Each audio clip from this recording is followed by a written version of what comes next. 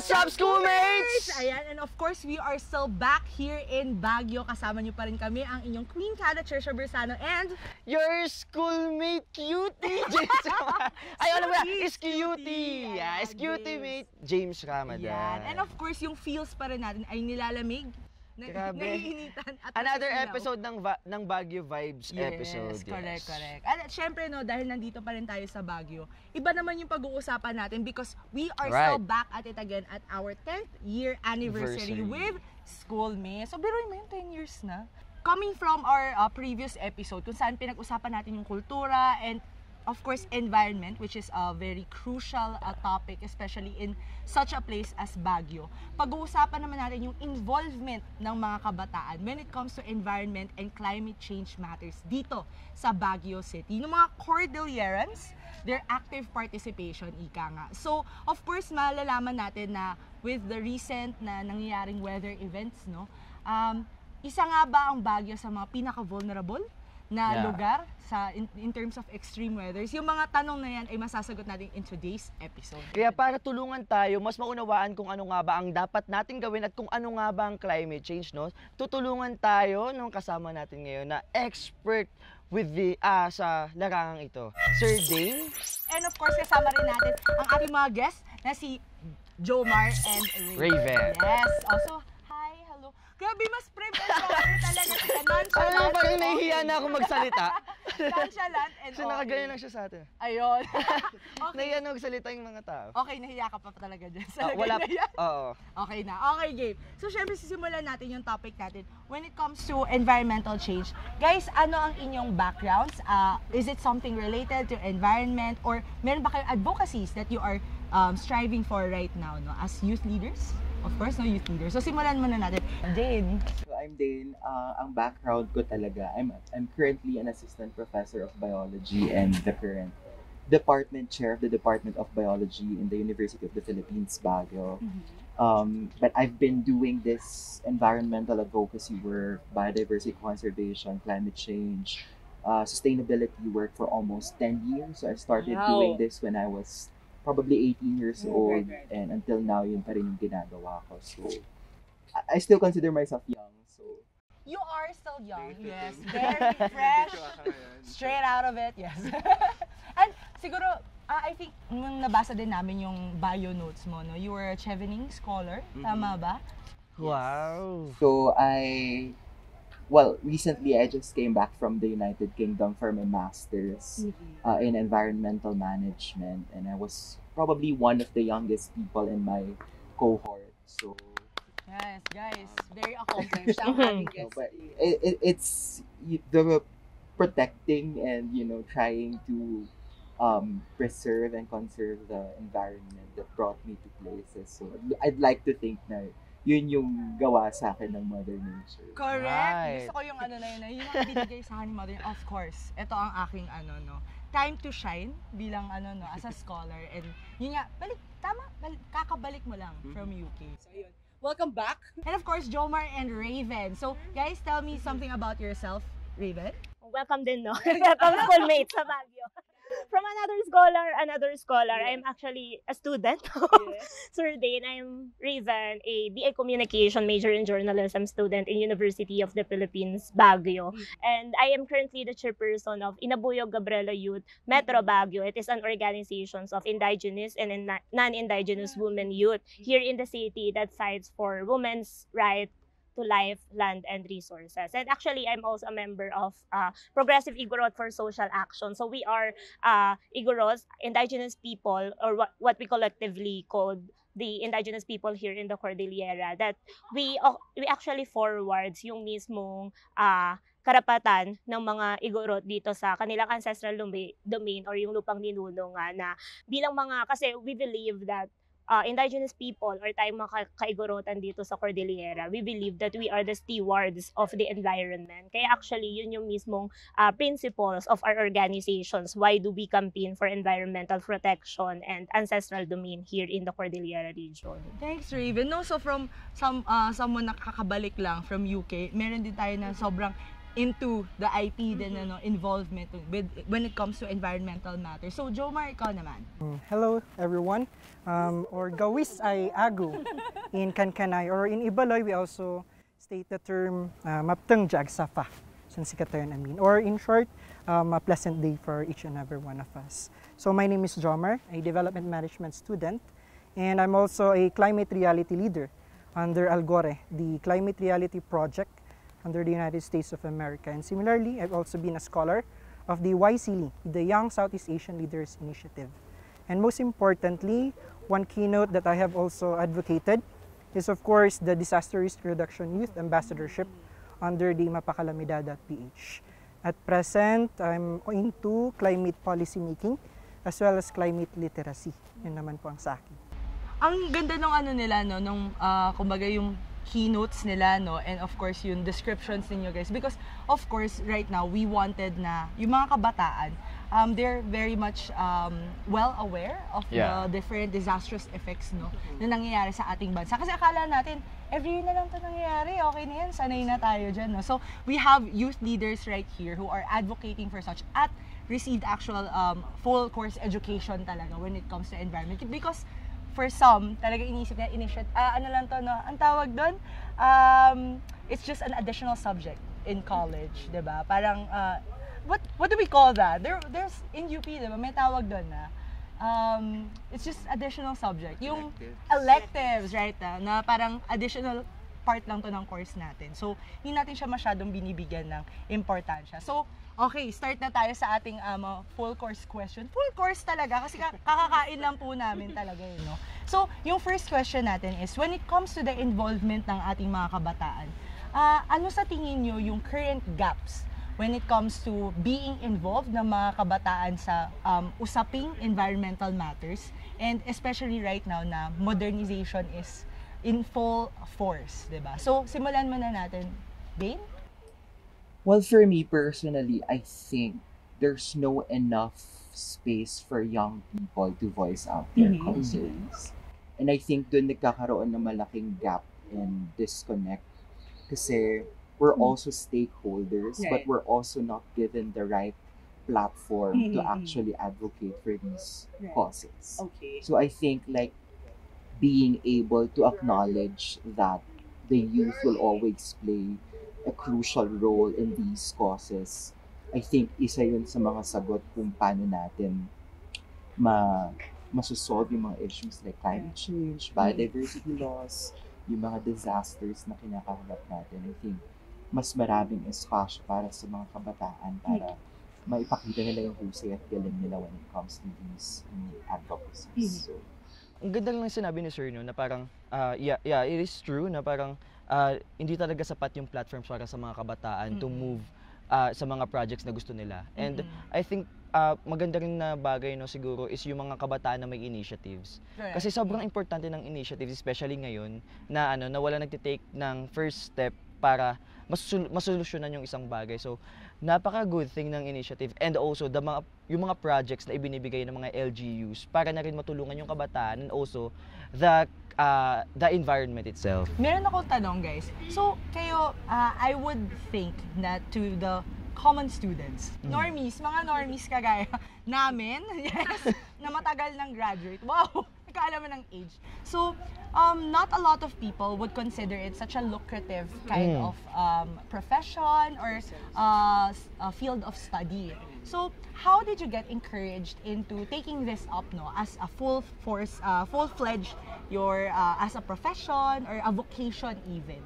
Anong nagtulak sa inyo? Is it your environment, your family? Simulan na natin kay Raven. Ako, I will also answer this as a journalist, as a communication student. I think yung kaninang question then, I would agree that there's really a gap between doon sa professionals and then the people and the community.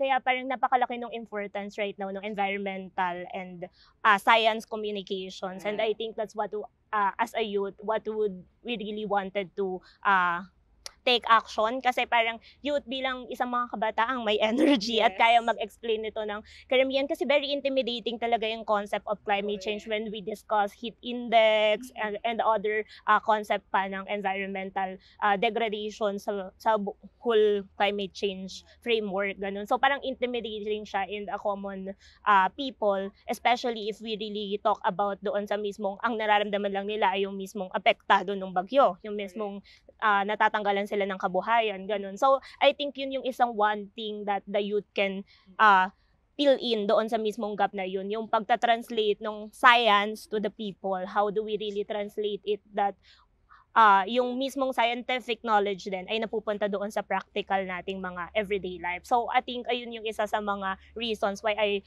wanted to join this, yung pagkakaroon ng responsibility mo bilang isang youth to propagate the information. Connect ko lang muna sa'yo, Raven. May sinabi ka na as a journalist, di ba? Kumbaga, marami kayong pinag-uusapan ng mga real-time events na nangyayari here in the Cordilleras.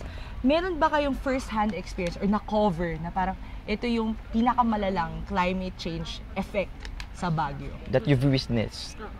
Hindi na-cover as a journalist, pero organizations namin, meron kaming integration with the community, and one thing na pumunta kami sa Abra and then sa Kalinga during the summer time na napakalaki ng epekto ng El Nino, yung tagtuyot. At kitang-kita namin talaga, the community, tinatawag ngayon ng mga mothers doon, ng mga farmers din. Tinatawag nilang wala na silang palayan, ang meron na sila ay tiles, kasi yung mismo yung mismong palayan nila, yung rice field, ay bloke-bloke na dahil sa mismong climate change. Sa sobrang lakas ng epekto nito, yung kabuhayan mismo ng mga community natin ay kitang-kitang wala na silang mataniman kasi sobrang tagtuyot. Yeah. Siguro may follow-up question ko lang muna doon, no, James. When it comes to effects to the livelihoods of the not only the ITs, but even the other locals here in Baguio, is there a positive effect kaya na masasabi natin na nag-benefit sila with climate change? That's such an unpopular opinion, no? Pero meron kaya na nag-benefit dahil doon? Sobrang difficult. Sobrang difficult question niya kasi ako on top of my head, ang naalala ko ngayon kasi with the recent typhoon climate, diba? Karamihan talaga doon ay nasira talaga yung kanilang palayan because of the landslides sa Sagada, sa Malibcong Abra, sa Kalinga, sa Tabuk City. Tapos here in the Cordillera, one thing that ang pinakamalaking na in the Baguio, malaking na apektuhan nung livelihood ay yung mga miners. Merong miners here sa Benguet, sa Itogon, ganyan, na hindi sila makapasok doon sa loob ng kanilang mga minahan, mga small scale miners kasi ito eh. So, di sila makapasok doon sa mismong minahan dahil sa strong wind at baka mabagsakan sila ng mismong landslide. Kaya wala akong masyadong maisip na positive impact ng climate change sa Baguio. Especially, siguro, if we're gonna talk about it, syempre yung heights and lows of the climate, siguro sobrang lamig nung Baguio. So, nagiging popular pa siya bilang isang tourist spot dahil napakainit nga naman sa baba. So, baka ayun yung isang nagiging tulong. Yeah. Actually, no 2019 nga daw, di ba? Parang yung record high or record low west temperature was like 9.8. So, sa sobrang lamig, ika nga. Kaya, dinadayo talaga yung Baguio as a summer capital here in the Philippines.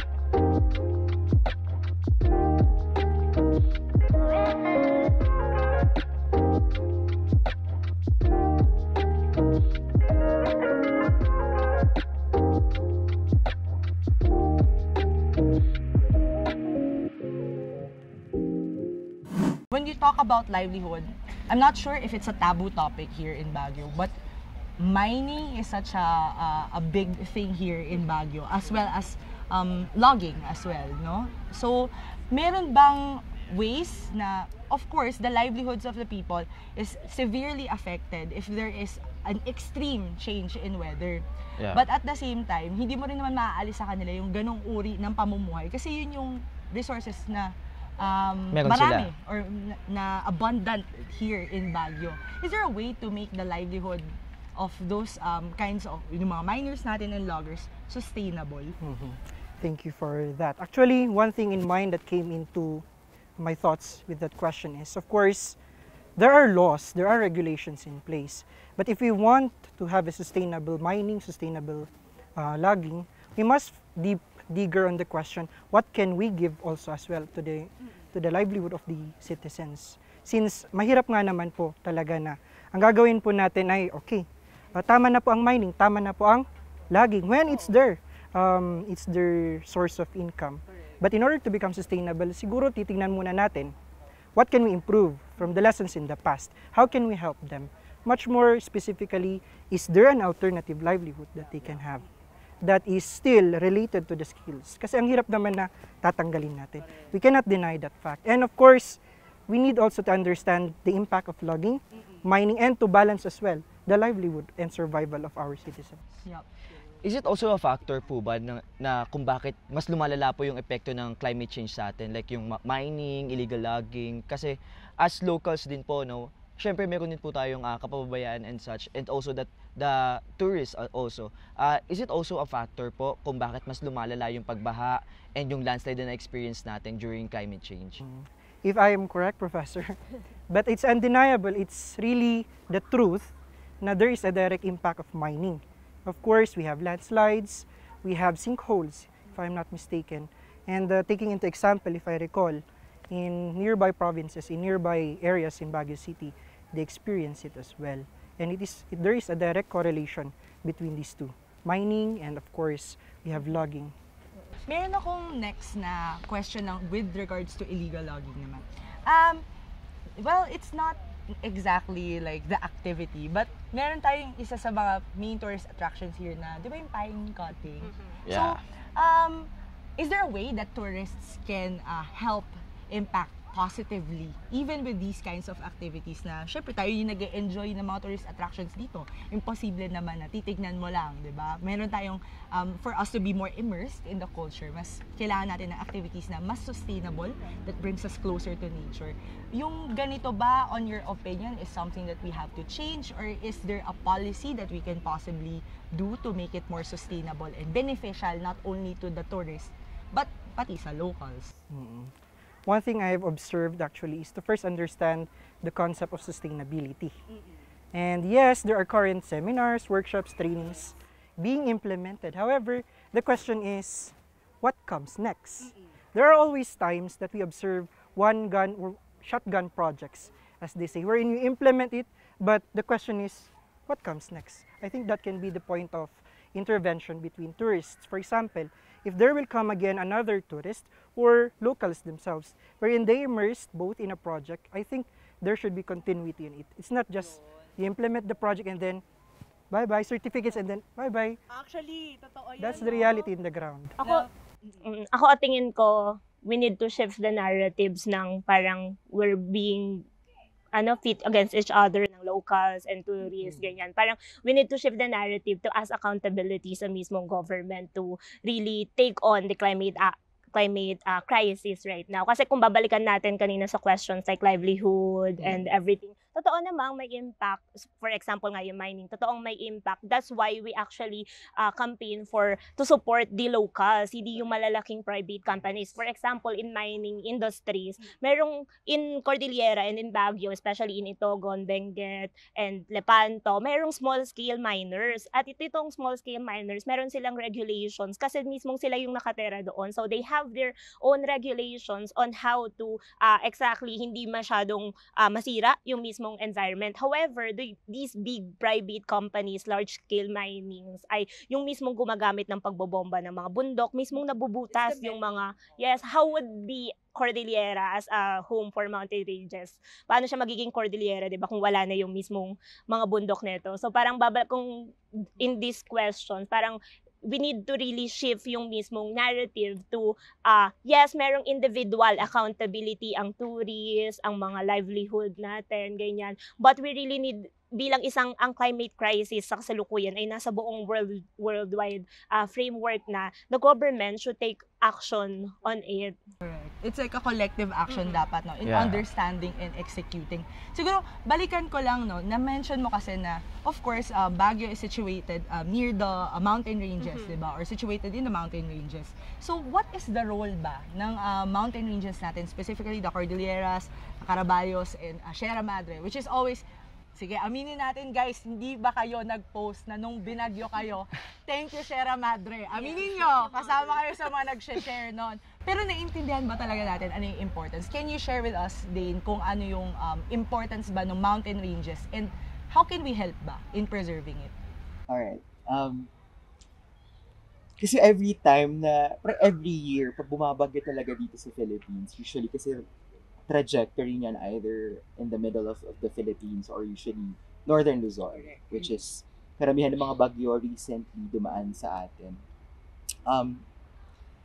As a scientist, hindi categorical yung answer namin kung, kasi sinasabi nila na, oh, Sierra Madre was our shield against these very powerful tropical cyclones.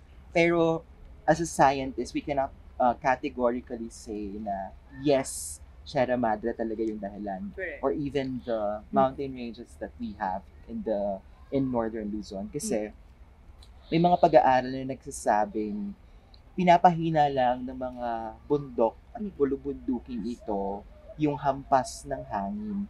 Pero in reality, mas pinapalakas na yung buhos ng ulan.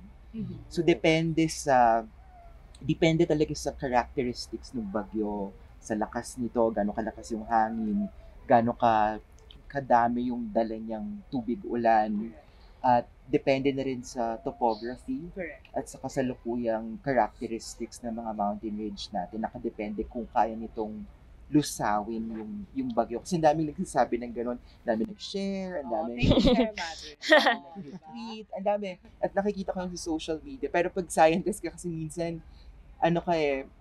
tatanungin mo din, yun nga ba talaga yung dahilan kung bakit? Is that the only variable in the Exactly, equation? exactly. So, kung titignan mo siya on a scientific basis, parang sasabihin talaga namin na depende ito. Hindi naman namin sinasabi na yes, hindi din naman namin sinasabi na no.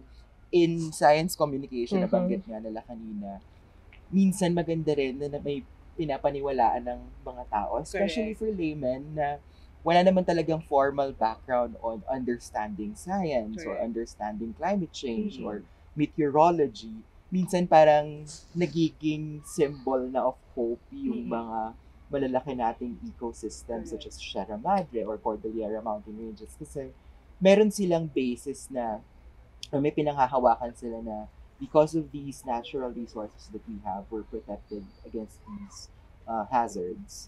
So, pero gusto rin kasi namin baguhin yung framework at yung pag-iisip na it's not just, a shield against strong tropical cyclones, but rather, if we protect these, we're actually protecting natural resources na nagbibigay sa atin ng pagkain, nagbibigay sa atin ng tubig, tahanan ng mga hayop at mga halaman, etc. So, I think, mas dapat ganun yung pagtingin ng mga tao rather than, it's just there to protect us from strong typhoons. Mas proactive yung approach ngayon ng mga tao na pangalagaan kung ano yung meron tayo in our environment if ganun yung magiging framework. Totoo. Yung iniisip kasi ng mga tao is usability lang ng mountain ranges as, panangga lang siya. But it's more than just that. It's more than just a shield. It's also home even for the locals. Diba? Imagine mo, magmamigrate sila or madidisplace sila just because of climate change. And to add up also to support Professor, there is already in the indigenous peoples the concept of nature guardians. So they believe that the land came first before the people. Hence, they must take care of it, which is why there is also this deep connection in preserving the environment. And to connect it with what Professor have mentioned, yes, there is a need to first establish how can we explain to the locals, how can we connect with them, but through these beliefs and traditions, can we also explain to the citizens what we need to do and what we need to improve.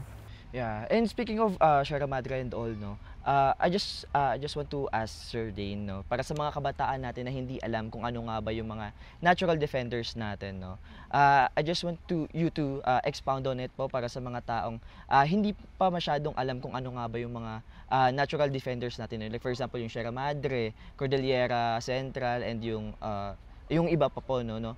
I just want to let them know na kung ano nga ba yung mga benefits na makukuha nila dito and yung yung relevance ng mga natural defenders na to sa bagyong na-experience natin ngayon. Alright. In general, madami kasi tayo Pero siguro start ko na lang with, meron kasi kaming tinatawag na konsepto of ecosystem services. In more simpler terms, we call them benefits that we get from nature and the environment. So, may 4 kasi tayong categories for the ecosystem services: provisioning, supporting, regulating, and cultural ecosystem services. So yung 4 na yon, those are benefits that we get from the environment. So right now, in this very beautiful set, wow, I love it. nagbibigay siya ngayon ng cultural ecosystem services because we get to enjoy the view of a natural landscape. But at the same time, provisioning because we can get timber, we can get materials for shelter, may makukuha tayong tubig. Regulating and supporting kasi bahay ito ng mga hayop. Madami tayong nakikita ng iba't ibang klaseng species ng hayop at halaman.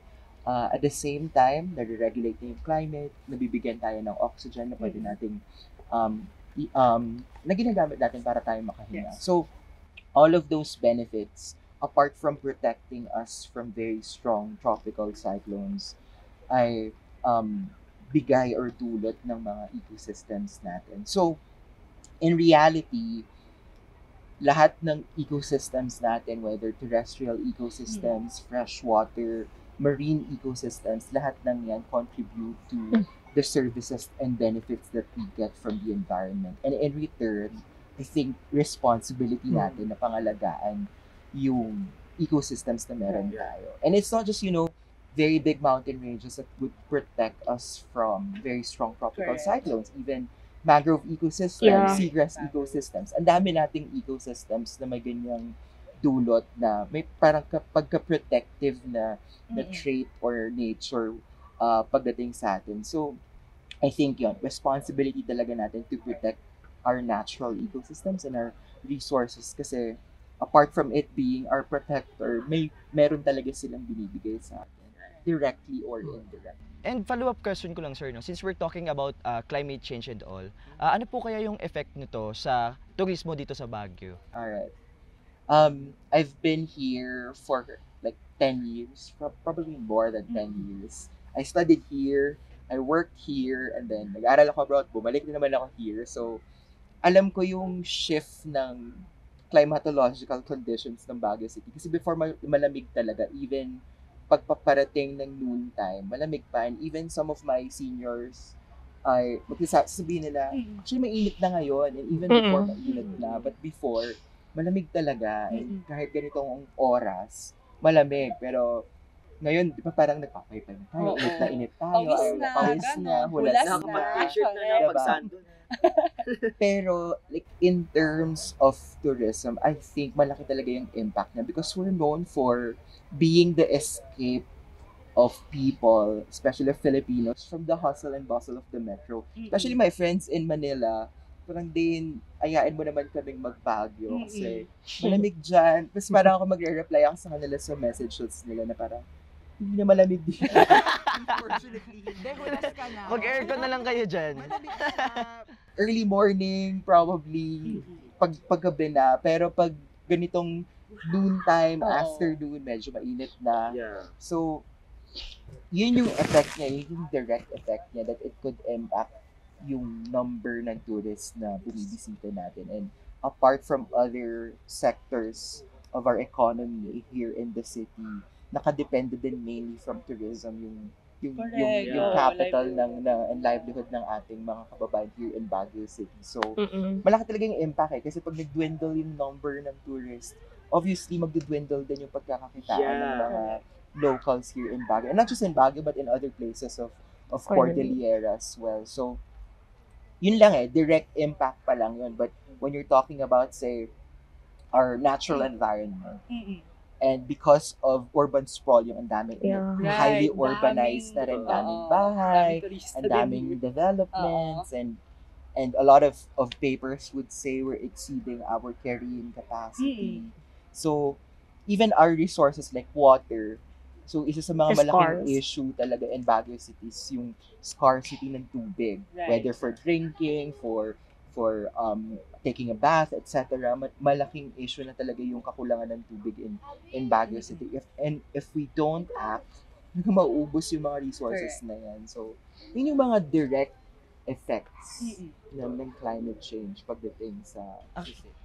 Totoo yung sinabi ni Sir kanina. Share ko lang no kasi when I'm roaming around with my friends kahapon, may nakasama kong local kasi parent niya local dito. And then parang na-mention niya na dati talaga malamig dito, and then dahil nga sa mga tourists na pupunta dito, parang he think na because of the vehicles, marami na ring napupunta dito, and yung mga infrastructures nagde-develop, yung mga dating places na napupuntahan nilang, inakyatan nila ng puno, wala na raw. Tapos parang as time passed by, parang nag-change na rin and dumuunlad yung Baguio, pero kapalit nito is yung changes na rin sa klimang na-experience natin ngayon. Right. Siguro, when we talk about effects also, meron pang another tourist attraction na I think pinupuntahan ng lahat, pero also maybe indirectly or directly affected, mga endangered open parks, diba? So, anong masasabi nyo when it comes to what are the actions that we should take to help also recover yung endangered open parks that we have here? Kasi hindi lang naman probably here in Baguio yan nangyayari. A lot of the places here in the Philippines, iba-ibang foreigners, locals na nagiging turista ang pumupunta. Pero I don't think, personal opinion ko to, I don't think we have the right guardrails when it comes to how do we implement the right laws when it comes to penalties, or parang how do we hold people accountable in whatever they bring or leave in a place such as an open park. So siguro, balik ko muna, Jomar, ano sa tingin mo yung pwede bang gawin ng both government and the people when it comes to these things? As a member of the youth representative in the council, City Council of Baguio, one thing that we always focus on is, of course, we need to integrate and involve as many stakeholders that we have. When we create laws, we invite speakers. These speakers must be expert as well in the field. The locals, professor, the academe, and of course, we need also to invite the tourists, at least, in public consultations, which I believe at present there are public consultations being done. But more specifically, at least increase the ratio of representatives in councils. And I know, I understand, and I also appreciate that some of the representatives in the city council, or not just here in Baguio City, but in other provinces wherein they try to include the youth. But the question is, how can we involve them? The sustainability of stakeholder engagement. Kasi talaga sa academe, sa student councils, napapalitan yung mga student leaders natin. And the question is, how can we continue? So we need to first look at the problems experienced by the stakeholders kung bakit walang continuity. And of course, we need also to assess ano ang sustainable plan natin sa ating mga batas. Hindi lang po yung, actually the Philippines is very technical, ang dami-dami ng nating batas. Internationally, wow. Yes po. Pero the question is implementation. Where do we draw the line on it? First, ask ourselves, what is the problem of our stakeholders? Second, how can we sustain our projects? Yun po naman ang nakikita ko. Kasi palit-palit lang ng tao, tas more likely, kung hindi penalty, it's incentivization. Para mas is that, sustainable ba yun for you? To add this, yung binabanggit, in climate actions, we call this climate mitigations, where we mitigate yung mismong existing na climate crisis na nangyayari sa atin. So parang we are actually trying to address yung mismong role na natin bilang sectors, and especially the government, on how to mitigate the already existing climate crisis. And one thing that we need to really think a lot ay yung mismong pag-translate ba nung mismong urbanization, modernization, tourism, economy, vis-a-vis with the environmental protections. Kasi totoong we acknowledge yung mismong benefits from tourism economy. But however, we need to, the government and others, the local itself, we need to protect our environment. Kasi parang ang nangyayari, in Baguio City, there are a lot of developmental projects to sustain the already increasing tourism economy. So, parang ang mangyayari, because of the traffic at kulang ng walang parking lot, magpapagawa ng parking lot, and ang cost ng pagpapagawa ng parking lot ay pagputol ng mga puno. So, I think it's time for the government of the Baguio City to really address and mitigate the already increasing tourism economy while we are addressing the urban decay issue or the carrying capacity issue of the Baguio City. Parang nagiging inversely proportional, no? Kapag mas nagiging modernized, urbanized, parang lalong nawawala yung element of nature and respect towards natural resources.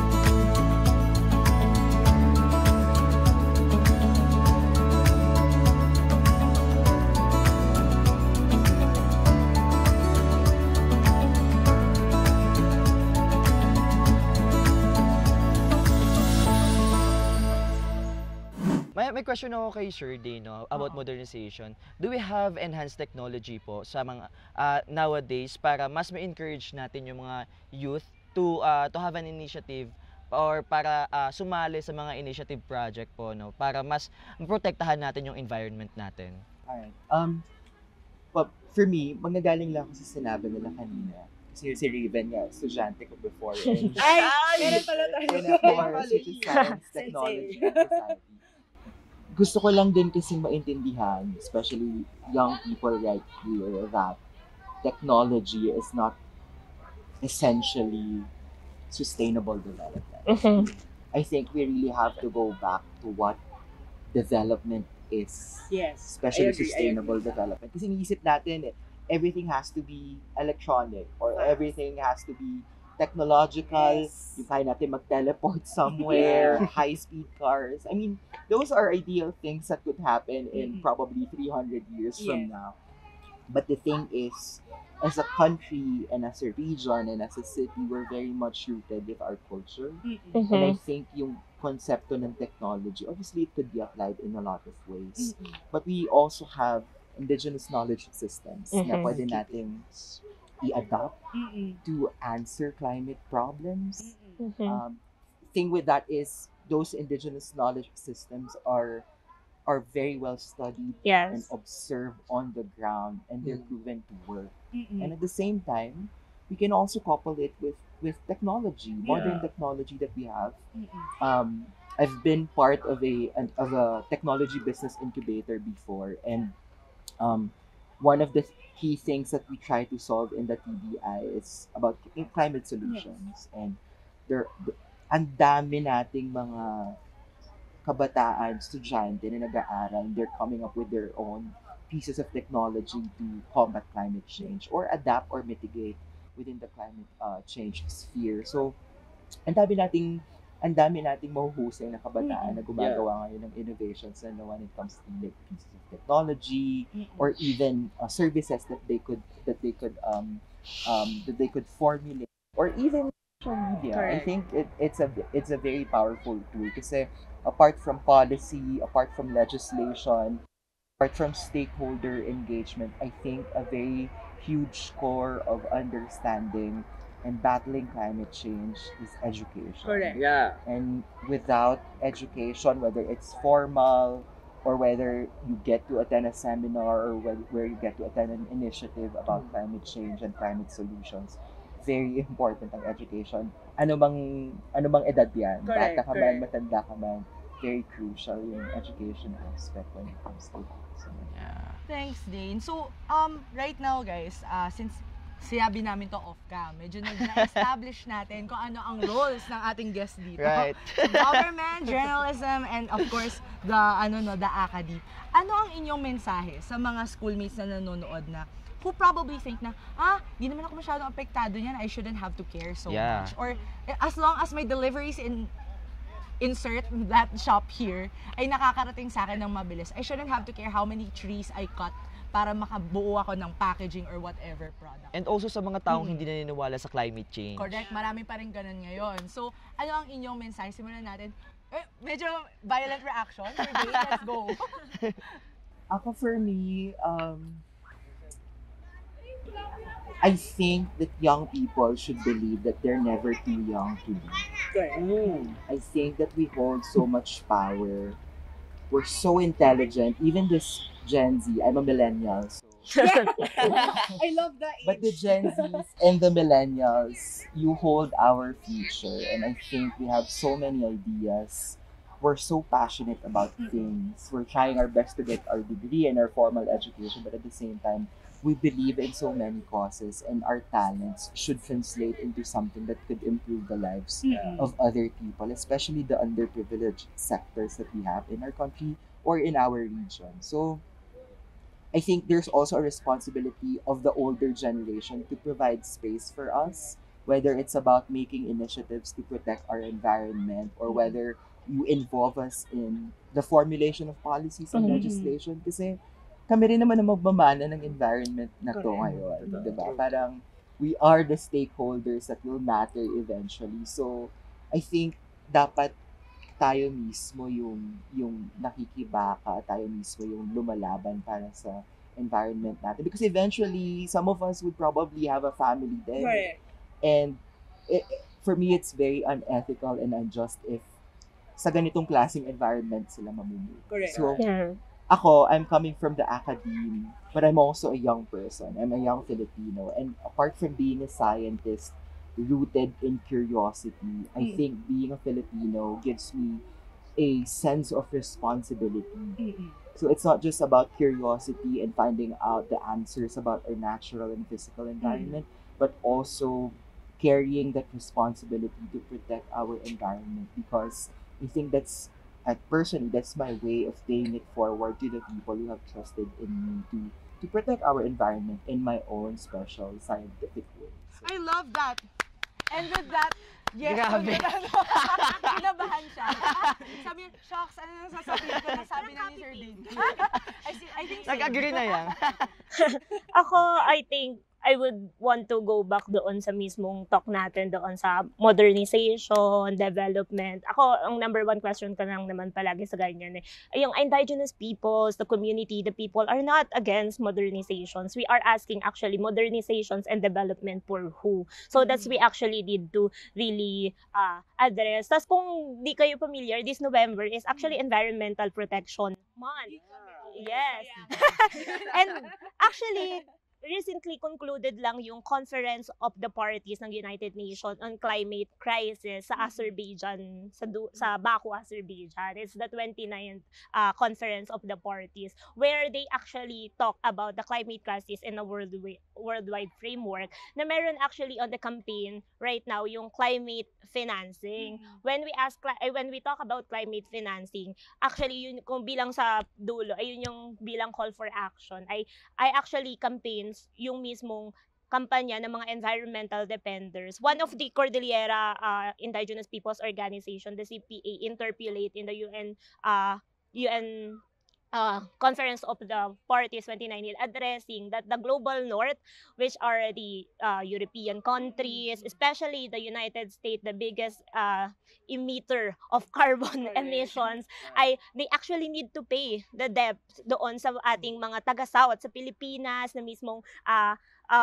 biktima ng sunod-sunod na bagyo, ng mga natural disaster. So it's the time now to take and as accountability kasi yung climate crisis is a worldwide framework, it's a worldwide crisis na kailangan ng isang malakihang pagkilos ng at paghingi ng mismong accountability doon sa mga naninira mismo ng ating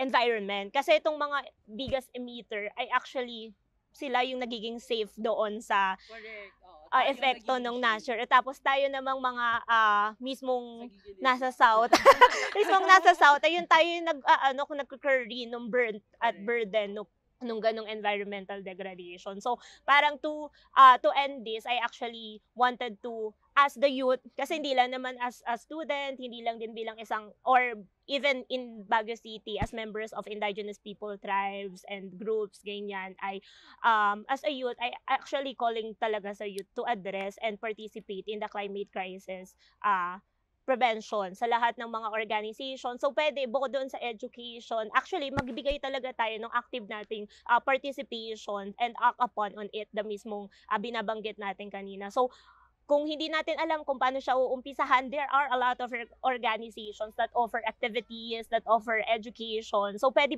po tayo sumali sa mga organizations such as in the city, if you're part of the indigenous people, yung organizations namin, yung Progressive Igorots for Social Action. So, na actually itong individual stakeholders, ganyan, tayo yung mismo may responsibility as tagapagmana ng environment to act upon on sa pangangailangan na ng pag-address sa climate crisis right now. Thanks, Raven. Thank so, you. Na-plug niya na rin yung org niya doon. So, search So, kompleto na. sa Facebook. And last but not the least, Joe.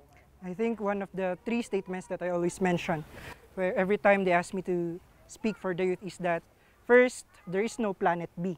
That's the notion kasi na after generations to generations, ang tingin kasi nila, they will not experience it.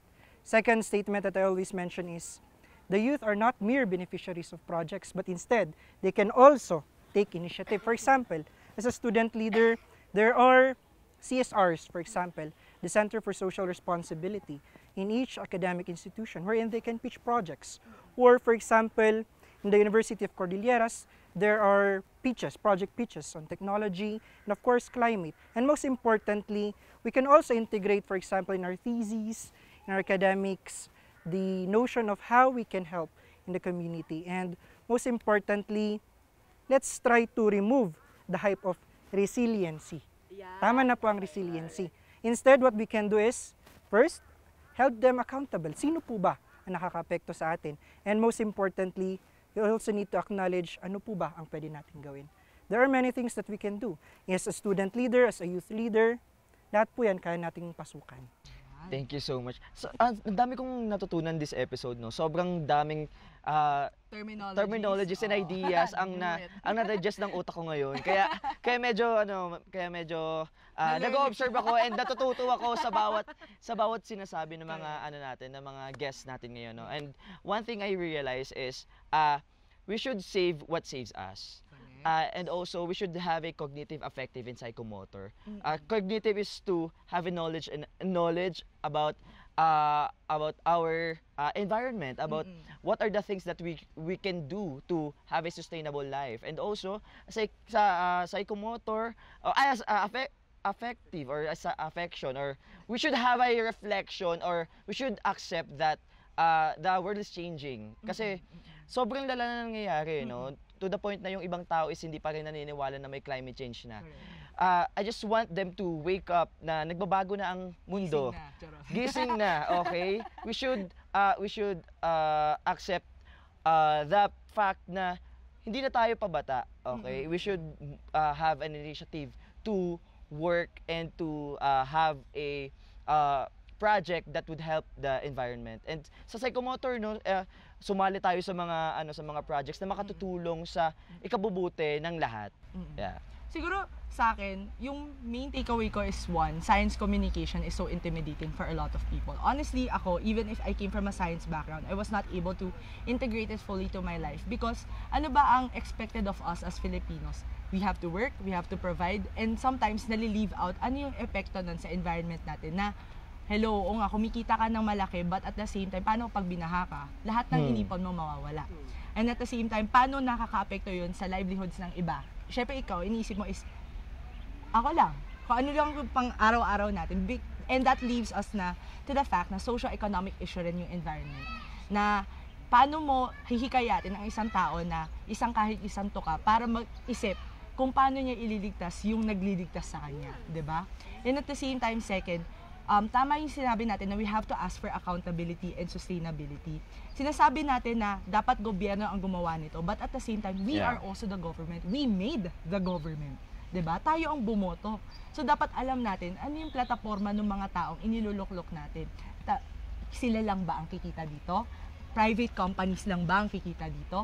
O tayong mga tao na naapektuhan kada bagyo, kada baha, kada lindol? Lagi na lang ba tayong donation? Lagi na lang ba tayong call for action? Call for volunteers? Of course, we have to, tama ka, wake up, di ba?